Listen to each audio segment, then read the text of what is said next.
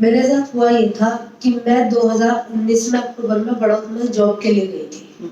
मैं एक staff nurse हूँ और उसी के बेस पे काम करती हूँ।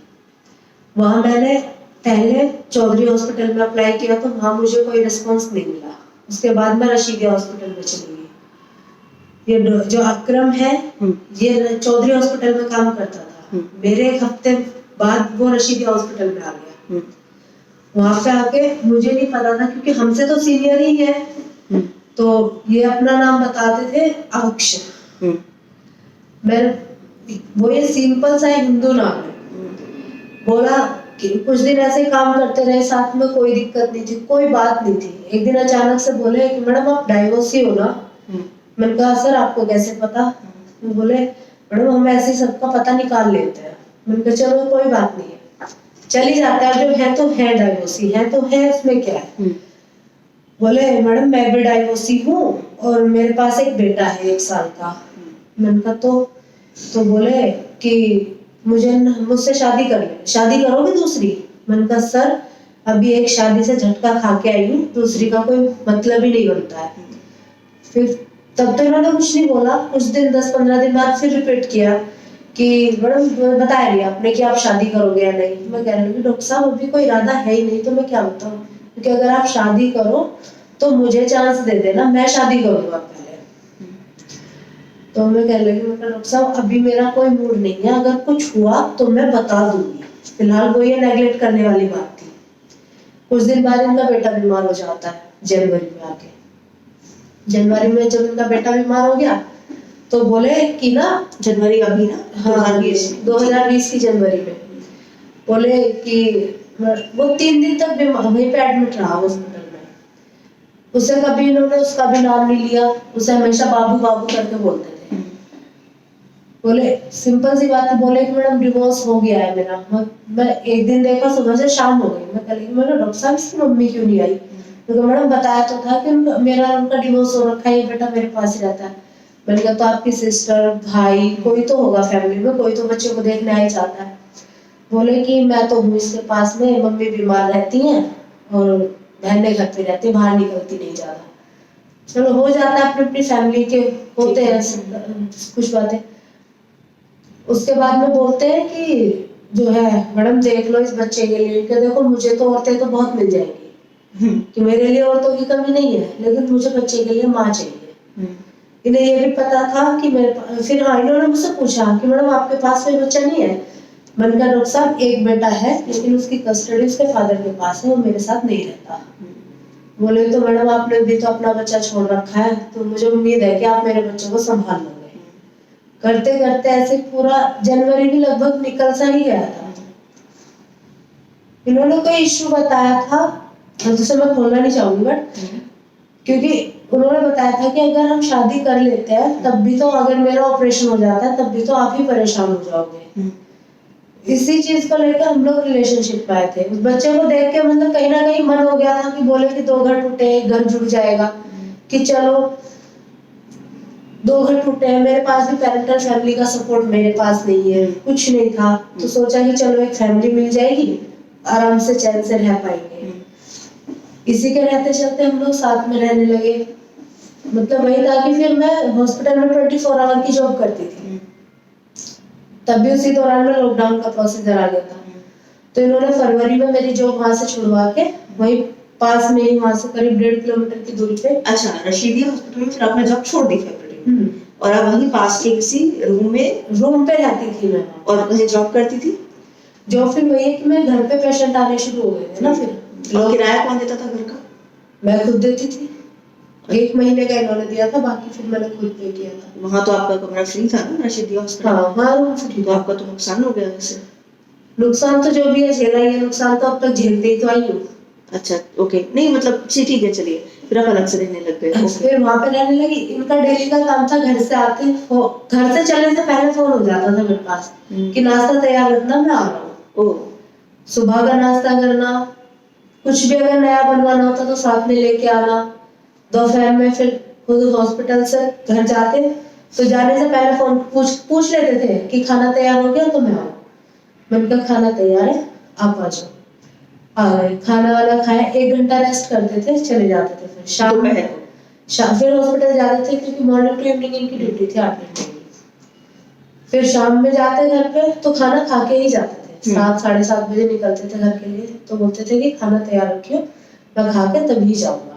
तब भी 1 घंटा 1.5 घंटा रुक के घर पे तब जाते थे। 6 बजे 5:30 बजे ऑफ हो जाता था इनका, कोई इमरजेंसी है तो लेट हो जाए, वरना 5:30 बजे ऑफ हो जाता था। तो 7-7:30 बजे तक घर पे ही रुकते थे। फिर चले जाते थे घर पे कि बाबू है घर पे, कि उसको भी देखना होता है। मैं भी इतना फोर्स करती नहीं थी, मैंने कहा भाई बच्चा छोटा है तो सीधी सी बात है, भाई कोई ना कोई तो चाहिए पास में। उसके बाद बोले ऐसे चलते चलते चलते चलते मैं बोली, मैंने कहा अगर तुमने शादी करनी है तो कर आके छुट्टी करो। रोज रोज का थोड़ी ना होता है कि भाई रोज तुम ये कि ये वो। मैंने कहा आज इन्होंने जहां भी मेरे को रखा वो ये बोल के रखा कि मेरी वाइफ है। अच्छा, हर किसी को ये बोल के रखा कि मेरी वाइफ है। आप मतलब उनकी वाइफ हैं? हाँ।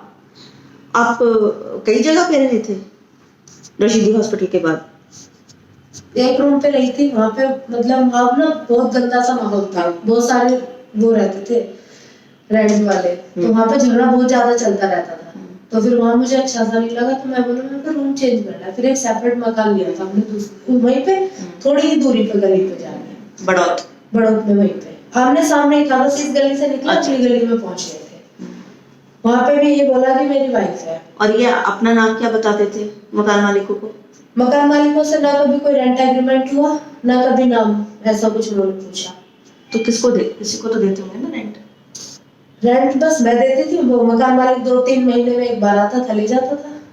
अच्छा, मतलब वो मैं ही लेती थी उसको रेंट में। मतलब जो भी शुरू में जो ओरल एग्रीमेंट जो भी हुआ था, बातचीत हुई थी, वो आपकी और मकान मालिक के बीच में हुई थी? मकान मालिक के बीच में हुई थी, बस बीच में एक बार मिले थे ये दोनों। अच्छा, एक बार फोन पे बात हुई थी, मिले भी नहीं, फोन पे बात की थी कि भैया आप आना और अपना रेंट ले जाना, मैं घर पे दे के आ गया हूँ। अच्छा, बस इतनी ही बात। इसके बाद में मैं कभी बोलती, मैंने कहा मकान मालिक का कॉल आ रहा है, बात कर लो, या रेंट कब देना है। उनका हाँ मैं कर लूंगा बात, ये बोल के इग्नोर कर दिया। उसके बाद में फिर मेरे को मई में प्रेगनेंसी कंसीव हुई। रोते थे मार्च से तो कि एक ही तो बच्चा है हमारे पास, 2 हो जाएंगे। अच्छा, तो ये है और वो है। मैंने कहा तो कौन सा आफत आ गई। मैंने कहा पहले ना तुम शादी कर लो, उसके बाद बच्चे पैदा करना। फिर बोले हाँ चल अगले महीने कर लूंगा। मार्च में इन्होंने यही बोला कि अगले महीने कर लूंगा। अप्रैल में धीरे धीरे निकल गया, मई में मेरे को प्रेगनेंसी कंसीव हो गई। तो फिर मैंने इनको बोला कि मैंने कहा अक्षय मेरे को ना प्रेगनेंसी कंसीव है, अगर अब तो शादी कर लो। मैंने कहा आप किसी को क्या बोलोगे, अब तो कोई चांस है ही नहीं कुछ छुपाने के लिए। बोले तो मुझे थोड़ा सा टाइम दे दे फिर कर लूंगा। मैंने कहा चलो कोई बात नहीं।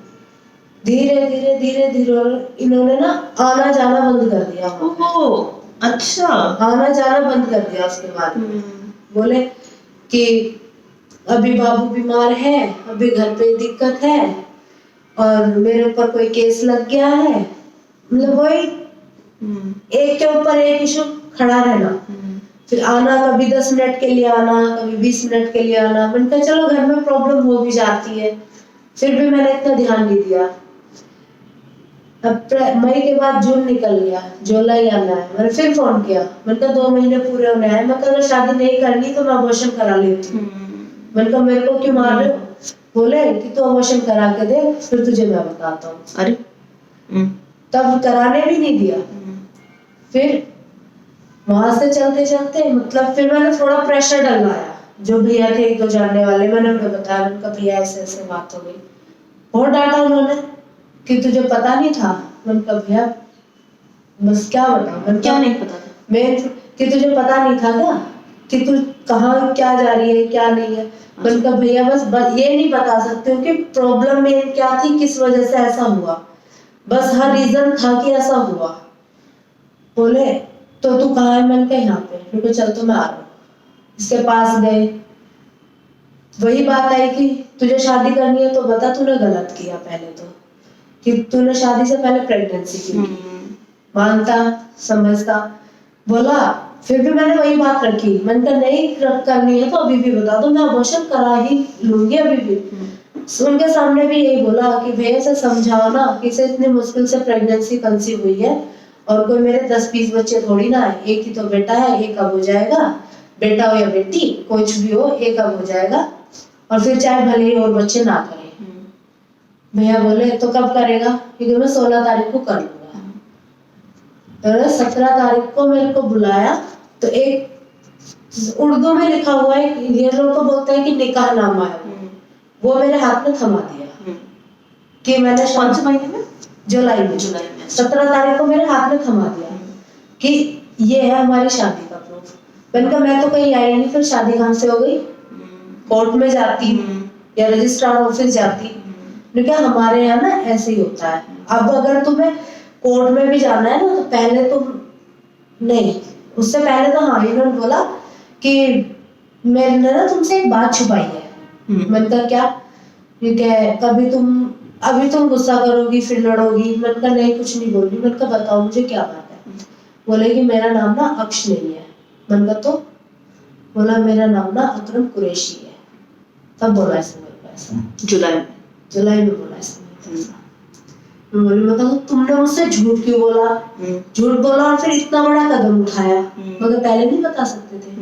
क्योंकि तुम शायद ना मानती कि मैं मुस्लिम हूँ या ये है वो है। मैंने कहा वो मेरे ऊपर डिपेंड करता है कि मैं किस रिलीजन में किस तरीके से एडजस्ट होना चाहूंगी। कोई जबरदस्ती तो मेरे साथ थी नहीं कि भाई मैं अक्ष बता के, अगर तुम अकरम कुरैशी बता देते तो कि मैं जबरदस्ती ये सब चीज होती है, जबरदस्ती तुम मुझे अपने पास ले आते। उनका ऐसा कहीं नहीं होता। होने के बाद भी फिर भी झगड़ा, फिर भी मैंने इग्नोर किया। मैंने कहा चलो झूठ बोला जो भी किया हो गया। मैंने कहा अब चलो धर्म बिरादरी छोड़ो, आगे अब बोलो अब क्या करना है। मैंने तो शादी तो मैं कर लूंगा लेकिन ना तुझे अपना धर्म बदलना पड़ेगा। मैंने कहा क्यों? क्योंकि कि है ना फिर हिंदू मुस्लिम वाली बात हो जाती है और हमारे कौम में ना कोई जल्दी से एग्री नहीं होता हिंदुओं की लड़कियों को रखने के लिए। मैंने कहा अच्छा। मैंने कहा कोई बात नहीं। मैंने कहा अब ना तुम दूर बैठो बस और मुझे परेशान करना मत। बोले कोई बात नहीं। बोले कि गुस्सा है किस तरीके से, फिर आना जाना फिर बढ़ा लिया थोड़ा सा।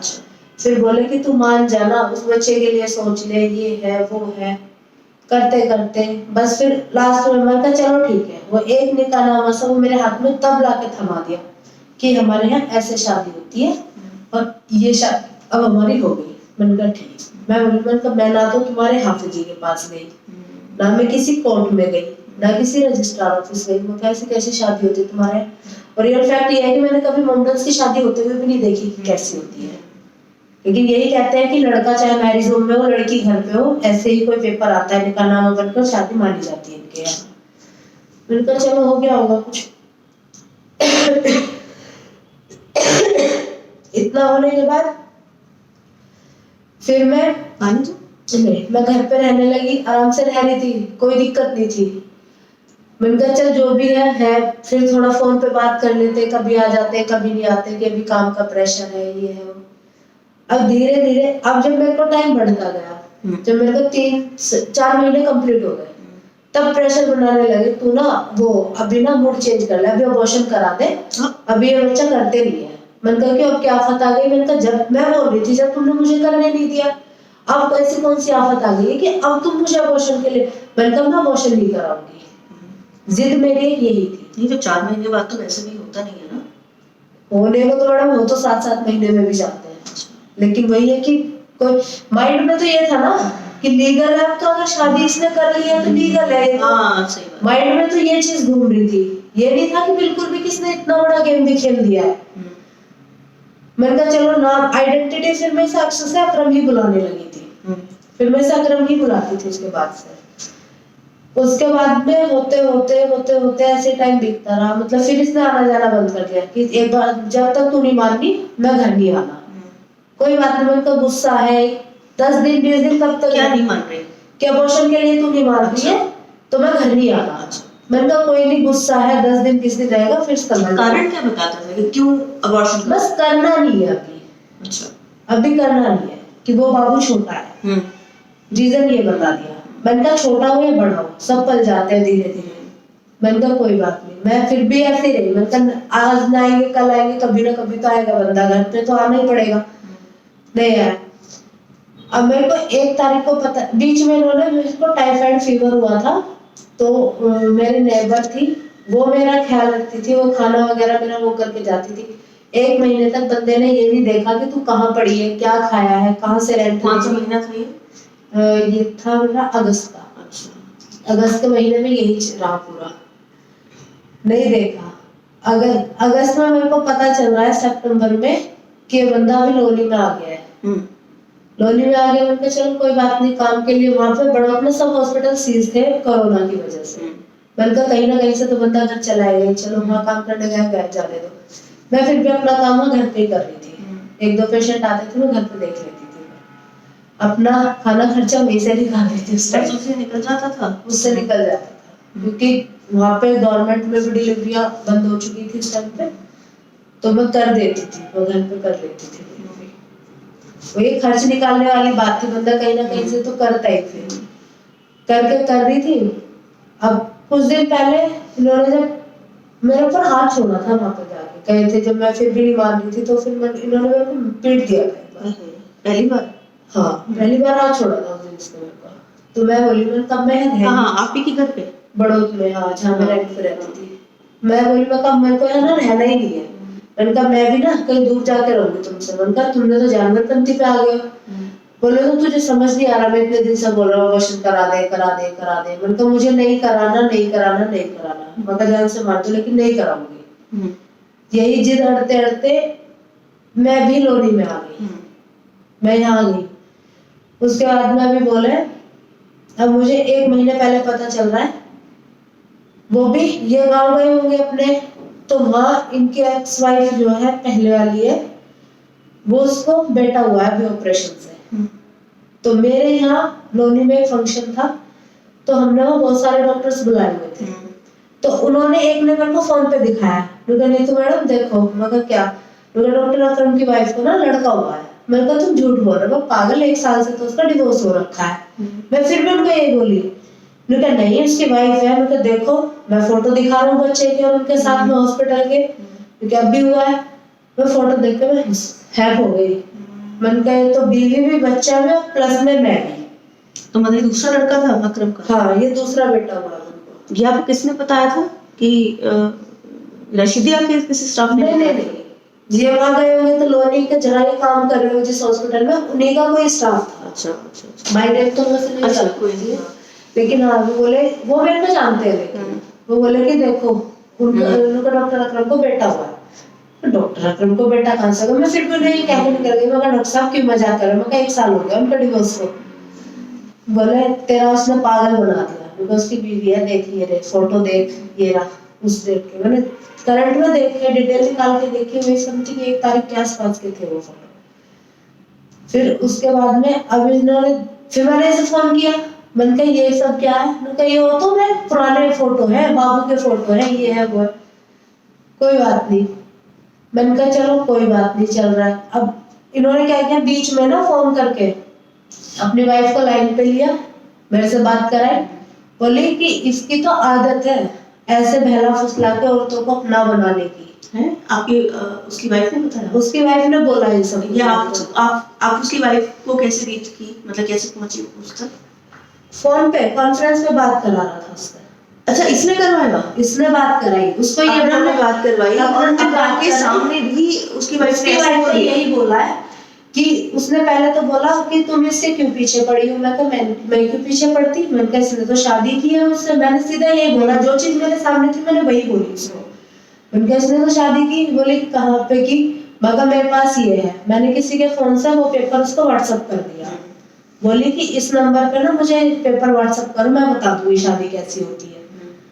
बोली तुम जिसने ये पेपर बनाया तुम उसे जानती हो? मैंने कहा नहीं। उनका जो इसमें गवाहों के साइन है तुम उसे जानती हो? मैंने कहा नहीं। जो साइन तुमने कर, इनके जो साइन है इसमें तुम्हारा है? मैंने कहा नहीं, मैं तो कहीं भी हो, मैं तो हिंदी में साइन करती हूँ, मैं इंग्लिश में कभी नहीं करती हूँ। बोले फिर तुम्हारी शादी कैसे होगी? क्योंकि शादी पता कैसे होती है कि लड़के और लड़की के जानने वाले होने चाहिए उसमें, गवाह भी जो लेते हैं हमारे फैमिली के मेंबर होते हैं। तब जाके वो शादी वैलिड होती है और दोनों फैमिलियां होती हैं। या फैमिली नहीं है किसी की तो जानने वाले होने बहुत जरूरी है। बोले कैसे साबित करोगे कि ये शादी असली है? मैंने कहा ये भी बात सही है, जब मैंने कहीं किसी को देखा नहीं, जानती नहीं, तो मैं तो साइन भी आपके नहीं थे? नहीं है मेरे तो जो आपके पास कागज तो लाए थे ना अक्रम, हाँ, तो फिर आपने साइन नहीं किए थे उसके?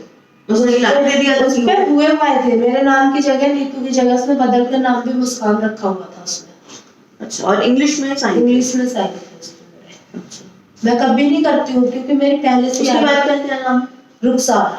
अच्छा, मैं फिर इसको झगड़ा करने लगी तो बोली कि इसकी तो आदत है और तुझे एक बच्चा तो गिराना ही पड़ेगा। रुखसार ने कहा? रुखसार ने कहा कि अगर तुझे ये बच्चा नहीं गिराया ना तो तेरे भी कंचे बनाऊंगी और इसके भी कंचे बनाऊंगी। और फिर बोली कि तुझे अगर तुझे इसके साथ रहना है तो फिर अपना धर्म बदल ले, तू भी मुसलमान हो जा। अच्छा, उसे ये कंडीशन एक्सेप्टेबल थी? हाँ, उसने कंडीशन मतलब दूसरी वाइफ बनके रह लो साथ में, लेकिन घर में नहीं रहूंगी, बाहर रहूंगी। अच्छा, ये बोला। मतलब धर्म बदल लो और दूसरी शादी दूसरी वाइफ की तरह रहो, दूर रह लो, लेकिन घर से बाहर, घर में आके उसे प्रॉब्लम नहीं थी इस बात से? राम पता नहीं क्या था उसके मूड में, क्या नहीं बोलती थी जो भी है उसने आपसे कहा तो कम से कम, है ना? कहा, फिर बोली कि मेरा तो आदमी है, मुझे तो इसका साथ देना पड़ेगा। तब उसने, अब जब मैं वहां पे गई थी बड़ौद में, कुछ दिन पहले गई हुई थी, ये लेके गया था बल्कि कि चलो तेरे ना वहीं पे रखता हूँ, फिर क्योंकि मुझे, मैं भी वहीं काम करूंगा दोबारा जाके, तुझे वहां रखूंगा बड़ौद में, ये घर पे रह लेगी और दोनों के पास में आता जाता रहूंगा। जाके इन्होंने मेरे को घर में बंद किया, खाना तक भी नहीं दिया। 3 दिन रही मैं वहां पे। कहाँ, कौन से शहर? बड़ौद में ही। बड़ौद में अपनी वाइफ रखसार के घर पे पास घर में घर में? अच्छा, हाँ, ये कब की बात होगी? ये अभी की बात है, 10 दिन पहले की करीब। अच्छा, तो इन्होंने वहां पे रखा और पुराना वाला घर छोड़ दिया? छोड़ दिया था, वो तो मैं तब यहाँ आ गई थी, राइट से खत्म था वो। फिर उसके बाद में इसने चलते, मैं बोली, मैंने कहा तुम मुझे ऐसे तो मत रखो, मुझे जाने दो। मैंने कहा मैं ऐसे रहने थोड़ी ना आई थी यहाँ। बोले पहले तो तेरा अबॉर्शन कराना है हमें हर हाल में।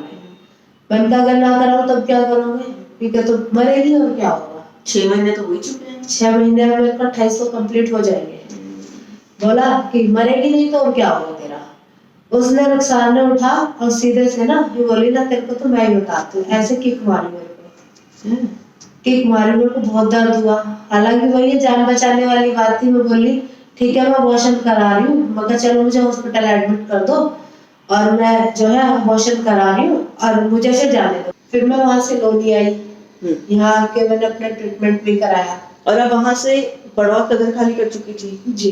तो लोनी क्यों आई? यहाँ पे कुछ फैमिली या रिलेटिव्स हैं? नहीं, मैं 1 साल काम कर रहा है तो थोड़ा बस फ्रेंड सर्कल है मेरा, फैमिली कोई नहीं है। ठीक है, फिर आप कब से लोनी में हैं?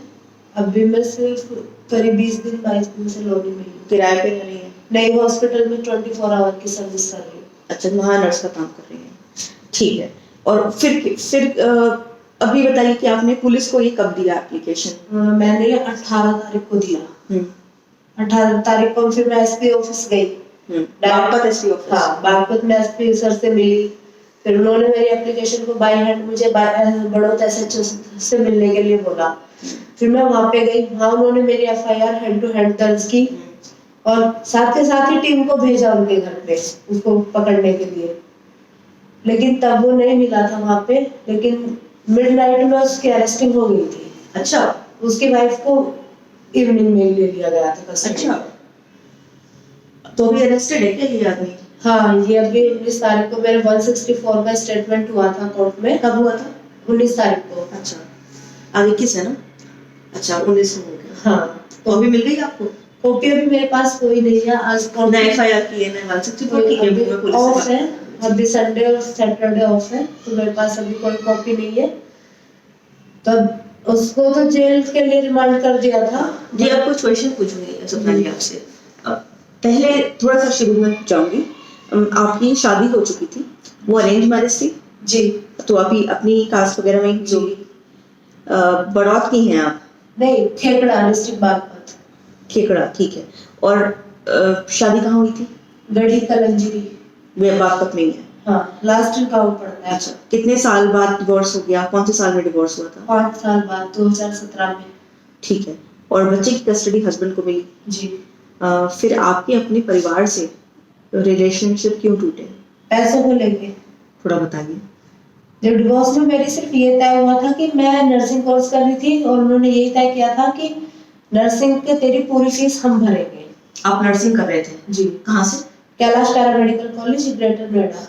अच्छा, रोज आते जाते थे वहाँ से? हाँ, डेली अप डाउन था मेरा। अच्छा। तो मैं वहां से कर रही थी, तो मेरे को वहां से सिर्फ 2.5 लाख रुपए मिले थे। अच्छा। पापा के सर पे कर्जा था उस टाइम पे। हालांकि मेरे फादर गवर्नमेंट जॉब है दिल्ली जल बोर्ड में, लेकिन फिर भी कर्जा कर रखा था। वो जाने की किस चक्कर में उन्होंने कर्जा किया है। और कर्जा भी ठीक ठाक कर रखा था, 6-7 लाख के आसपास था। उसके बाद में मेरे को पता थी कि सीधी सी बात है, पेरेंट्स के हाथ में पैसे जाने के बाद मेरी पढ़ाई खत्म होनी है, क्योंकि उन्होंने मुझे शादी से पहले भी नहीं पढ़ाया था। कितना पढ़ी हैं आप? शादी से पहले उन्होंने मुझे 10th करा के मेरी शादी तय कर दी थी 16 साल की उम्र में। अरे अच्छा। उस टाइम पे लड़ झगड़ के धमकी उठाने की देके कि नाबालिग हुई है, वो हूँ, तब तो मैंने अपनी शादी तुड़वा ली थी। पर उसके बाद फिर पढ़ाई बंद करा दी कि हमारे पास पढ़ाने के लिए पैसे नहीं, हम कहाँ से लाएंगे। कितने भाई बहन हैं आप? 4, 2 बहनें 2 भाई। और आप कौन से नंबर की हैं? 3rd। अच्छा।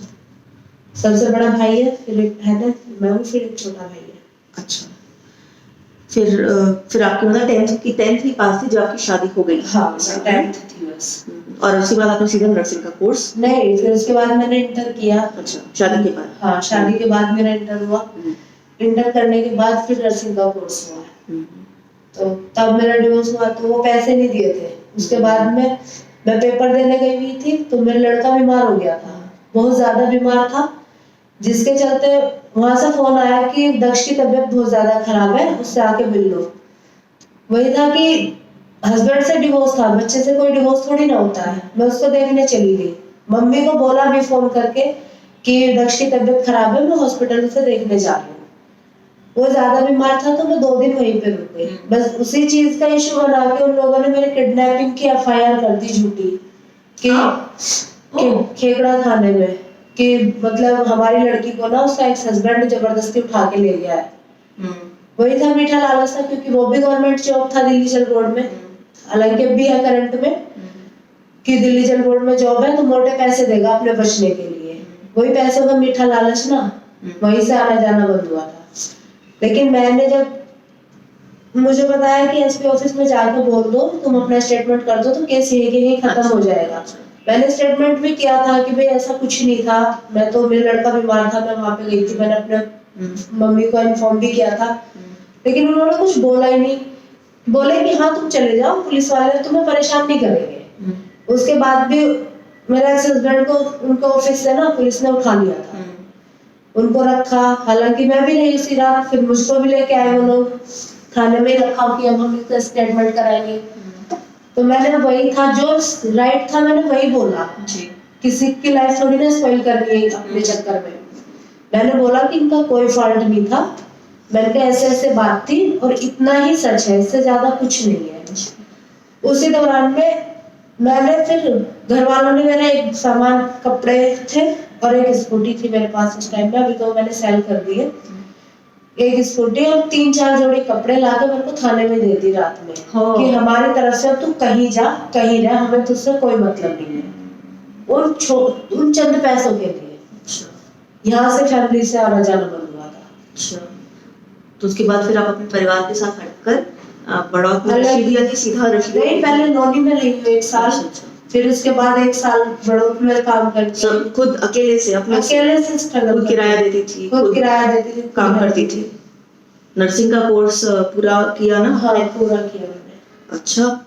और 1 साल लोनी में रहने के बाद बड़ौत रशीदिया हॉस्पिटल में, कब रशीदिया हॉस्पिटल में कब से कब शायद 4 महीने काम करा। हाँ, फिर लॉकडाउन ही लग गया था, उसके बाद तो काम ही छूट गया। ओके। अच्छा, कुछ क्वेश्चन पूछूंगी जो कि कई लोग, कोई भी पूछेगा आपसे, मतलब सॉरी मैं थोड़ा इनसेंसिटिव भी शायद हो जाऊं, लेकिन आपने जैसे कहा कि आदमी अकरम, वहां पे डॉक्टर, कौन से डॉक्टर? MBBS doctor? नहीं, अब वो तो हो जाने देवबंद से BUMS बताते हैं अपने आप को।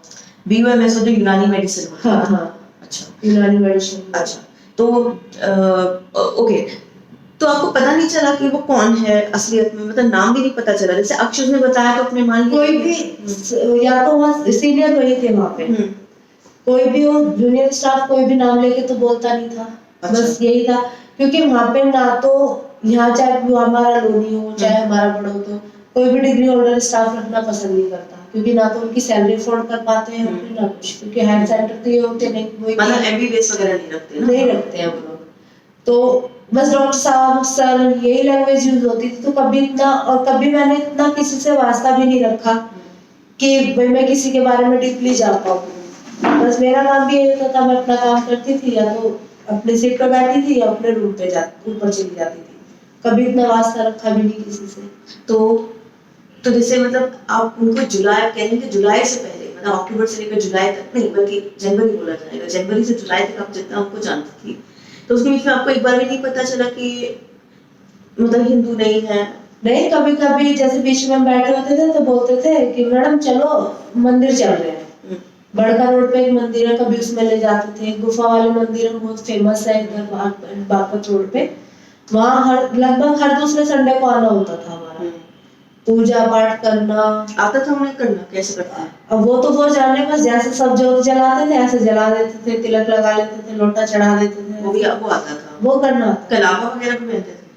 कलावा 5 रंग वाला जाता है, वो पहना था, 1-2 बार देखा था इनके हाथ पे। अच्छा, तो बाकी कभी मतलब किसी बात से नहीं लगा, पता कभी लगा ही नहीं कि ऐसा कुछ करेंगे, या कभी जैसे फोन पे भी किसी से बात करते हैं, इन लोगों का तो एक ही होता है अस्सलाम वालेकुम, लेकिन हाँ राम राम जी, नमस्ते जी, और कैसे हो, बढ़िया हो, यही लैंग्वेज यूज होती थी हमेशा। अच्छा, और कभी जैसे आप खाना भी बनाती थी, अब वैसे वेजिटेरियन है जी, तो क्या मीट वगैरह बनाने को बोलते थे? कभी नहीं बोला। अच्छा, ठीक। ऐसे जैसे कभी बैठे थे, कुछ स्टाफ में मुंडन था, तो कभी उनके साथ मजाकों में कर देते थे कि किसी दिन अपनी मैडम को कीमा खिला दो, ये कर दो, ऐसे कभी मजाक में कर देते थे, बट मुझसे कभी नहीं बोला कि मीट बनाना है या कुछ है। मैं एग ले लेती हूँ, तो कभी कभी खुद बना लेते थे, एग के साथ में आलू मिलाकर, तो वो बना लेते तो थे। जैसे मैंने अपना धर्म छुपाया और जुलाई में आपको पता भी दिया, निकाहनामा जो दिखाया था, वो वैसे कॉपी में आपसे लेके देखूंगी उसमें क्या लिखा है, बट तो मतलब उसके बाद कोई रवैया बदला कि पहले जैसा ही रहा कि भाई राम राम बोलना, या फिर उसके बाद थोड़ा थोड़ा चेंज करने लगे थे, जैसे किसी का फोन आया तो वही अपनी लैंग्वेज में बात करना थोड़ा सा करने लगे थे। अच्छा, मतलब वही था, जैसे रिलीजन के अकॉर्डिंग बात फोन होता था, उसके अकॉर्डिंग बात करने लगे थे। पर ऐसा कोई उससे पहले कभी फील नहीं होने दिया कि भाई मैं ये, लेकिन जब बता दिया तो उसके बाद फील होने हाँ, फिर आराम से बोलते थे, फिर क्या करते। तो आपको लगता है कि पहले थोड़ी छुपाने वाली बात थी? बिल्कुल छुपाने वाली बात थी। अगर इन्हें मुझे साथ रखना था या कुछ भी करना था, तो सीधी सी बात है, अगर प्रेगनेंसी कंसीव है, तुम अपना धर्म करते, मैं अपना धर्म कर लेती, कोई इशू तो है। एक देखने वाली बात है कि एक टाइम पहला भी था अकबर के टाइम का, अकबर ने जोधा से शादी की, वो अपनी पूजा पाठ करती थी, वो अपनी नमाज अदा करते थे, उन्होंने भी तो रिलीजन चेंज नहीं किया था। या अगर पढ़ा है कहीं या पिक्चर देखी थी? नहीं पढ़ा है, मैंने हिस्ट्री में पढ़ा हुआ है, ऐसा नहीं है कि भाई मैंने नहीं पढ़ा, लेकिन अगर देखने वाली बात आती है, क्योंकि बहुत से लोग क्या करते हैं, बिना ऑब्जेक्शन लगाते कि हमारे रिलीजन को ना बदनाम किया जा रहा है। एक मौलाना साहब थे कल न्यूज़ 18 इंडिया पे, उन्होंने इतना चीप क्वेश्चन किया। आप वहाँ पे थी? लाइव थी मैं कल वहाँ पे, अपने केस को लेकर थे? हाँ। अच्छा, हाँ, थोड़ा बताइए। तो वहाँ पे उन्होंने इतना चीप क्वेश्चन किया, हालांकि मैं एक मेडिकल लाइन की बंदी हूँ, चीप आंसर देना मेरे को भी आता है। क्या पूछा? एक मिनट, दरवाजा बंद कर। हाँ, ठीक। उन्होंने इतना चीप क्वेश्चन किया कि अगर आप उनके साथ रिलेशनशिप में जा रहे थे, तो आपको तो तुरंत पता चल जाना चाहिए था कि वो हिंदू है या मॉडर्न है। इतनी रिलेशनशिप मतलब सेक्स? जी, मतलब सर्कमसिशंस की, हाँ, उसके लिए बोल रहे थे। अच्छा, लेकिन वो इतने बड़े मौलाना है, मौलवी की पढ़ाई की हुई है, अगर वो इसी चीज को बोल रहे हैं, चीप क्वेश्चन का आंसर चीप तरीके से देना मुझे भी आता है। इतनी मैं अनपढ़ तो हूँ नहीं कि भाई मेरे को उस चीज को समझ नहीं पा रही हूँ मैं कि वो क्या बोलना चाह रहे हैं और क्या बुलवाना चाह रहे हैं, तो ये चीज मैं बोल सकती हूँ। मैंने हालांकि उन्हें कोई रिप्लाई नहीं दिया था, क्योंकि मैं उनकी तरह इतनी चीप नहीं हूँ। देती तो क्या देती? देती तो बिल्कुल देती कि जिस टाइम इन लोगों में एक चीज होती है खतना, जो कि बहुत मेन होती है, वो कराते हैं, तो इन लोगों के पेनिस ऑलरेडी हो जाते हैं ऐसे। लेकिन जब हिंदू कोई भी मैन पर्सन होगा, सेक्सुअल कंडीशन में जाएगा, तो ऑलरेडी उसका भी पेनिस ऐसा ही हो जाता है जैसे खतना का पेनिस होता है। इतना चीप जवाब तो मुझे भी आता है देना, लेकिन मैंने फिर भी उन्हें कुछ नहीं बोला। मैंने कहा इनका टाइम है, बोल रहे थे। तो मतलब वो आप पे वैसे शक कर रहे थे कि आप ये सब झूठ बोल रहे थे? हाँ, उनका यही था कि मैं झूठ बोल रही हूँ और मुझे कुछ पता, मतलब मुझे सब कुछ पता था और तब भी मैंने ऐसा बोला है। हालांकि इसमें सिर्फ धर्म वाली बात नहीं है, इसमें पूरा अपना मैरिटल स्टेटस छुपाने वाली भी बहुत बड़ी बात है। उन्होंने तो आपको बताया बिल्कुल, अगर देखो मैं साफ जब आप प्रेग्नेंट थी तो उनकी अपनी वाइफ भी तो प्रेग्नेंट थी। बिल्कुल थी, उसको तो अब डिलीवर हो और आपको वो ये कह रहे थे कि मेरा एक और कर लो, एक और कर लो, दो हो जाएंगे, दो हो जाएंगे, कि मेरा तो कोई मतलब ही नहीं है। 1 साल से डिवोर्स हो रखा है। डिवोर्स होने के बाद भी फिर बच्चा कहाँ से आ गया, बेबी कहाँ से आ गई? वो मुझे ये कहते सीधा कि नीतू मैं शादीशुदा हूँ, मेरी आइडेंटिटी ये है और मैं अपनी फैमिली के साथ खुश हूँ, फिर भी तुमसे शादी करके तुम्हें रखना चाहता हूँ। मैं शादी मतलब मैं दूसरी बीवी की तरह रखना चाहता हूँ। कौन आपको देखी मक्खी खाएगा? कोई पसंद नहीं करता किसी के साथ ऐसे रहना। आप मना कर देते? क्लियर मना करती। सीधी सी बात है कि भाई जिसकी वाइफ है, जिसके बच्चे हैं ऑलरेडी, वो मेरी क्या कदर करेगा? जो उसके होते हुए मुझे प्रपोजल कर रहा है, कल क्या गारंटी है कि वो मेरे रहते किसी तीसरे को प्रपोजल नहीं करेगा? बात तो सही। देखिए इस पूरे बीच में क्या उन्होंने जैसे अपना खर्चा पानी तो खुद ही निकालती थी रहने के लिए, खुद निकाल, कभी वो भी कोशिश करी आपसे कुछ ऐंठने का, कोई आपकी ज्वेलरी या पैसे इस टाइप? देखो मैम, मेरे पास ज्वेलरी पहले से ही नहीं थी, क्योंकि जो मेरी ज्वेलरी थी उसमें एक गोल्ड की ज्वेलरी थी, कानों के थे, गले का था, एक चेन थी, 4-5 जोड़ी चांदी की सैंपल पजेब थी, वो मेरे पास थी। लेकिन वो मेरी मम्मी ने ही रख ली, मुझे उनमें से कुछ नहीं दिया। हालांकि मैं अपने लिए नहीं बोल रही हूँ, क्योंकि देखो जो गलत है मैं उसके लिए बोल रही हूँ। बहुत सारी चीजों में सिर्फ एक जोड़ी सैंपल और एक चैन मेरे मायके की थी, बाकी सब जो मेरा एक्स हस्बैंड है उनके घर की ज्वेलरी थी। मैं वहाँ शादी में गई हुई थी तो तब लेके गई थी, तब से फिर उन्होंने दी नहीं वो, और फिर डिवोर्स के बाद ये पंगा कर दिया, तो वो सब कुछ वही हजम कर गए हैं, कुछ नहीं दिया उन्होंने मुझे वहाँ से। अच्छा, अपना ये बताइए कि आपने क्रिमिनल केस कर दिया है इसके ऊपर, अकरम के ऊपर, की वाइफ के ऊपर, अब लेकिन आप प्रेग्नेंट नहीं है 6 महीने, क्या चाह रही हैं आप? मतलब क्या हो, मान लो जैसे वो अरेस्ट हो गया है, आपने देखा नहीं पर रेप का शायद चार्ज लगाया होगा पुलिस ने? नहीं, मैंने देखा नहीं, मुझे पता नहीं क्या सेशन लगाया था उसने। तो अभी कैसे करेंगे आप? क्या चाहती हैं मतलब कि उसको सजा हो? लेकिन क्या मेरे कहने का पूछने का मतलब है कि अगर वो शादी के लिए वो कह रहे हैं ना, आपको ऑफर तो उन्होंने दिया है ना कि आप धर्म परिवर्तन करके दूसरी बीवी की तरह रहेंगे। जी जी। तो क्या आप अग्री करेंगे उससे? नहीं करूंगी। जिस बंदे ने इतना झूठ बोल के इतना कुछ कर दिया, क्या गारंटी है कि कल वो मुझे शादी करके मारेगा नहीं? जिसने मुझे अब इतना प्रताड़ित किया है तो वो आगे नहीं करेगा। आपने वैसे एक क्वेश्चन पूछूंगी, आप बड़ौत की हैं और बागपत मेरठ में ऐसे केसेस काफी आते हैं, क्या आपने लव जिहाद का नाम कभी सुना है? कभी 1-2 बार न्यूज वगैरह में सुना था कि लव जिहाद हुआ है कहीं पे, लेकिन उसका मीन्स नहीं पता मेरे को कि क्या होता है। उसका मीन्स मेरे को पता ही नहीं था क्या होता है। मुझे नहीं पता। ये टीवी वगैरह पे आजकल कितने डिबेट्स में आई है, मतलब न्यूज़ 18 पर जैसे कल आई थी, ऐसे और भी शोज वगैरह पे आई है किसी? और जी, हिंदुस्तान में। अच्छा, तो ये मतलब क्या क्या पूछ रहे हैं आपसे?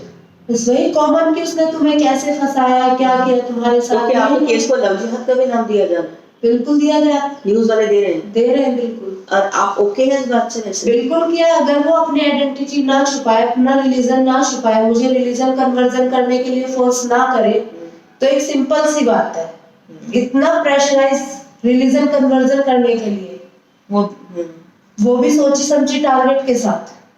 तो आपको ऐसा लगता है कि ये जो पूरा हुआ है ये कुल मिला के रिलीजियस कन्वर्जन के लिए? मुझे तो यही लग रहा है कि इसे बस कुछ नहीं करना था, इसे मेरे को अटकाना था। इसने इतना तक किया कि अगर ये चलो सच में मुझसे प्यार करने लगा था या मुझसे शादी ही करना चाहता था, तो ये मेरी ऐसी गंदी सी वीडियो क्लिप्स किस लिए बनाता? ये सॉरी, वीडियो मैं पूछना भूल गई, ये इसने आपकी वीडियोस क्लिक कर ली थी? कब वीडियोस बनाई हुई है मुझे ये नहीं पता कब की बनाई हुई है, लेकिन दिखाई इसने मुझे, तभी मुझे पता चला। तो दिखा क्योंकि तब इसने मेरे सामने ये बात खोली थी कि भाई मैं मुस्लिम हूँ या कुछ भी हूँ, तो मैंने इससे अपने सारे कॉन्टेक्ट खत्म करने की बात कही थी।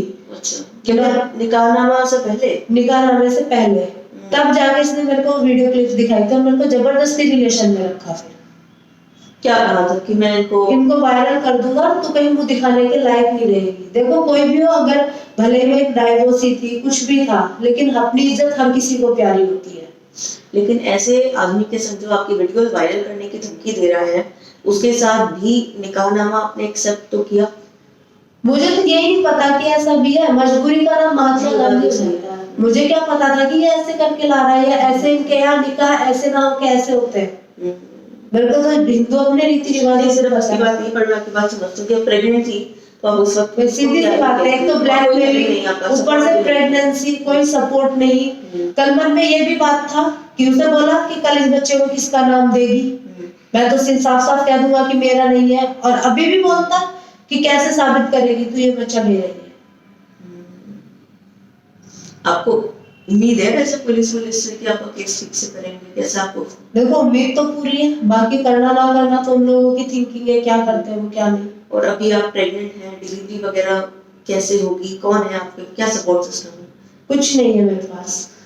कितना कमा लेते हैं आप अभी?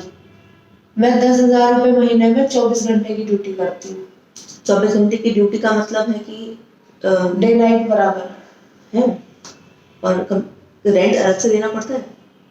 रेंट ना देना पड़े इसीलिए 24 घंटे की ड्यूटी करती हूँ। मतलब रूम आपको वही है, 3-4 हजार रुपए से नीचे कहीं रूम मिलता नहीं।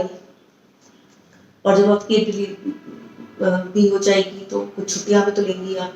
बिल्कुल, छुट्टियां तो भी लेनी पड़ेगी, और डिलीवरी से पहले लेनी पड़ेगी। दे देंगे ये लोग? क्योंकि आपने अभी तो नहीं, फिर काम छोड़ना पड़ेगा मेरे को। काम छोड़ना पड़ेगा। और तो खर्चा वगैरह क्या सोचा है?